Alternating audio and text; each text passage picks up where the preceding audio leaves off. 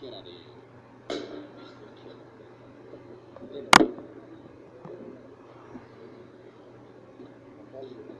Fucking relax, man. Relax. Huh? That's alright. I like it here. Yeah. Cool. Carry on. So Israel, congratulations on the big win. Now that you've had a few moments to sort of let it all settle in, how does it feel to be the UFC middleweight champion, undisputed? I haven't had a shower yet. I haven't had my infamous thought-provoking shower yet. So right now, it's normal. It just feels like, feels like I'm still lucid dreaming. So you might see me do weird things just to see if I'm dreaming. But yeah. Go ahead with the weird things. I was going to say with over that can before, so that was weird. Yeah, with the title belt, you spoke about how the interim belt didn't really mean anything to you, and you kind of put it away in a box. This one you gave to your parents, Femi and Taiwo. Well, why did you decide to do that, and what was that moment like? I mean, in Atlanta, because Eugene is the guy that built me up in this game to be the killer that I am. So I presented that to him. They created me, So without them, I wouldn't be possible. So. Yeah, the other belt, I put the New Zealand flag on it, so this belt I'm going to put the Nigerian flag on it. Just looking at the fight, how do you sort of reflect that on that one? And also, would you say this was one of the easiest fights when you compare some of the other ones you've had here? Who did I tell? Like, it's probably one of my toughest tests, but I'll make it look easy. Who did I say that to? Yeah, exactly. I told you guys, I'll make it look easy. And, fuck, man, I don't know. Yeah. It's crazy. Like sometimes, like I have to pinch myself and just be like, like that really happened. We just did that. Yeah, it's crazy. Like you guys see me.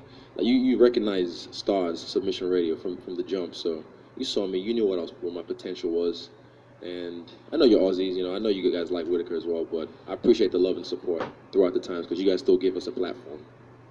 Appreciate it. Would you say this was your star-breaking moment? That people have sort of compared you to Conor McGregor and things like that with the entrance and obviously in the stadium? No one is doing anything like I'm doing. This is a 60,000 seat arena. People, after seeing that entrance, I bet you the green-eyed monsters were like, I fucking hope this guy loses. I fucking hope. I'm sure some of you in here as well. Oh, this asshole, look at him, thinks he's a fucking man. I hope he loses. I hope he gets flatlined. Because that's just that. It's ingrained in us. It's this tall puppy syndrome. It's this jealousy that when you see someone shining, you feel like it takes away from your own shine. I'm like, look, I can't dim my shine just because some people feel uncomfortable. Everything went full circle tonight. I danced with some of my day ones, my guys, not even day negative, guys that I've known from way back. Jay, I used to look up to him, back in Rotorua. Jesse, I taught him how to dance, and now he's just taking it and run with it. And to, set the tone for me and just have fun. Like I said, when I'm having fun, I'm the best in the world, so I was having fun. And when I saw him walk out, it was too intense. And you can't fake that shit. You can put your hoodie over your eyes and all you want. Pheromones, to start, I can smell it off him. I was like, he's not with it. And he was doing the right moves, but there was no feeling behind it. So I saw everything coming. He hit me a few times, but I don't like getting hit, because not that I'm a bitch or I'm not tough. I am, but it's not smart. But yeah, I just showed you guys I can take it and give it as well, apparently, because I have no knockout power and I got pillow hands. Boo-hoo. Two more quick ones and then I'll pass the mic on. Just a couple of little things. There was a moment, I don't think it was broadcast, but Robert Whitaker, after you dropped him in between rounds or when the next one was starting, he winked at you. I'm wondering what was going through your mind when you saw that. And also, I looked at him like after the round was about to start. He's looking at the TV. I was like, don't look there, look at me. You got to worry about me right now. That's done. Like, that's what I was trying to say to him. Like, that's a moment past. Because I could have, like, rested my laurels and be like, oh, yeah, I dropped him. I'm going to rush him now. No, he's a beast. If I try and fight dumb and think, like, I'm going to go for the finish now, he could catch me and lay me the fuck out. So I was like, nah, focus on me. I'm your problem right now. Don't be looking at the TV. What dropped me? Like, I don't know. Yeah. What did you write in your book when Bruce Buffer was introducing you? When you talk about anime, you ever heard about the anime called Death Note? Anyone? Hands up? Yeah, so he's the Grim Reaper, right? I have a Shinigami with me. And I just had to write his name because I knew. I was like, he's not going to last. I just wrote his name in the Death Note. And those who knows the rules of the Death Note, they know there's a certain time frame that after your name's written in the Death Note, the Shinigami will get you. So, yeah, it is what it is. And it happened as it's supposed to be. Just last one. Obviously, you had that moment with Paulo Costa afterwards. I'm a bitch. Is he definitely the next? Because you've talked about I John don't know. Jones, We'll Mitch, see. and when could we see that fight potentially? I don't know. I have my people call their people. Right now, I'm Hollywood now, Esther. I'm Hollywood. Right now, I just nothing set in stone. I'm just feeling it. But I like that fight because the casuals, they're dumb. They see a beefed up beefcake like that and think, oh, that's the guy. I'm still all hype, by the way. I'm still all hype. Don't worry. I'm just the hype train. Yeah, so they'll see that and think that's the guy. That's the guy. Me lose, but they're gonna be waiting for a long time.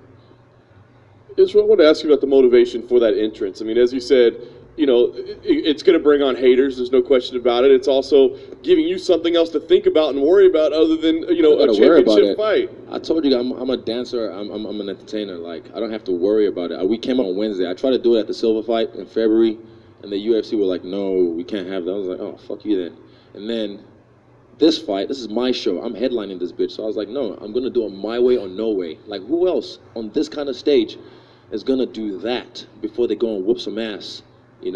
It's no one. I think James Tehuno is the only one that's ever done it, from what I can remember, with the Men in Black intro, and Anderson Silva did it in Pride with his Michael Jackson shit. But like, this is, I showed you guys. If I could sing, trust me, Justin Bieber wouldn't even have a job. But you don't want to hear me sing. But yeah, like, you got to realize this is the spectacle, man. This is a big stadium. I had to give them a show and set the tone. And there's no one like me, like no one. As the fight was unfolding, talk about what you were seeing and what you thought. I mean, he was very aggressive coming after you, but it seemed like you were evading him pretty well. I mean, how was the fight unfolding, and what were you thinking? I knew he was gonna start fast off a lot, and what makes him great, like my coach said, what makes him great makes him really vulnerable and susceptible to a lot of things. And there was a few shots I almost caught him with. There was one time he threw the oblique kick for like maybe the third time, and I used my counter that me and Carl Van Roon drilled like multiple times. It didn't hurt me, by the way. It looked like he hit me, but what I was doing is just bending my knee, not triple C, just like bringing it in so I can, like, when someone tries to attack you, you take it away. So yeah, it didn't hurt. But yeah, I knew he was gonna start fast, and I just had to take my time and slow cook him. The end of round one, I think it was a little bit confusing for some people. So loud, we couldn't really hear a bell or a horn or anything. Did you know what was happening then in round one? Did you think the fight was over? I thought it was over for a split second, but then I kind of, I don't know if I heard. I think I heard the clapper, so I was like, okay, maybe it's end of the round. But because when the referee jumped in, I thought it was over because I saw his eyes slow, like I saw it happen, and I was like, oh shit. But next time I'm not gonna do that. I held my fist up, but that's stupid. I should have punched him till the referee actually jumped on him. But yeah, I guess the ref saved him in that one. But maybe it was the end of the round. I don't know. I have to watch the tape again and properly assess it. As for round two, yeah, like I said, he was looking at the screen, and I was like, no, you got to worry about me. And as you were celebrating, it looked like you scaled the fence. I know you said your options are open right now, but it looked like you had a message for Paulo Costa. What was said there, and why take that moment to address him? I mean, rather than just enjoy it yourself. And I enjoyed it myself. I definitely enjoyed it, but it sells the next fight. It sells the next fight a little bit, but at the same time, he's a bitch, and he's my bitch, and I want to make him my bitch, so that's why I did what I did. You talked before this fight about envisioning it, seeing it before it happens, and then when it happens, it's like a memory. Is this what you saw? Deja vu. You can, those who were in here setting up last night or yesterday evening, I came here with my crew, and we rehearsed the entrance, and I did it probably about 4 times or 5 times, and I did the whole walkout, and I visualized everything, and I did the whole prep point thing, and I stepped in the cage, and I claimed the space, and I did that about 4. I also did the win, the victory. Like, just visualizing it, and I imagined the whole place lit up with people and loud cheerings and boos and people by the side what they're saying to you, and just practicing it. And amazingly, when I got to the prep point again before the walkout, it just felt even more deja. There's levels to this shit, man. It just felt like, man, I just did this shit yesterday, which I did. So I was so relaxed. You saw me doing the Carlton when he was coming out. That was a nice song. I like that track. I was relaxed, and I could just see he was too tense. But some people like to be that way when they fight. That's cool to have fun with it. A lot of times when you're talking, you seem like you're talking the same language as the fight fans and the fight media, talking about the casuals and Triple C bending the knee and stuff I'm like just that. a fan at the end of the day. I'm just a fan. I've said this. I can rattle off some shit from back in the day, but I'm just a fan. I just don't play. I've never, ever since sports, it made my body like Chad Mendes. I've never touched that game. I've never. You need to get me in the studio, do the proper scan, get my proper question mark kicks and everything. So I don't fuck with that game. All I do is play it in real life. Yeah, but I'm just a fan. I'm just a casual fanny troll. It seems like a lot of fighters, they seem to prefer to stay away. Like they don't want to be reading all the websites or looking at all the memes on Instagram. And you seem like the exact opposite. I mean, do you think that there's a reason for that? It's only because it's fight week. You got a lot of time on fight week, so I'm just. It's fun, and that's what makes my thing on Instagram. What do you call it? My engagement on Instagram. Like I think the average athlete is 2%. Mine's like 8 or 9%, and it's just fun. I gotta, excuse me.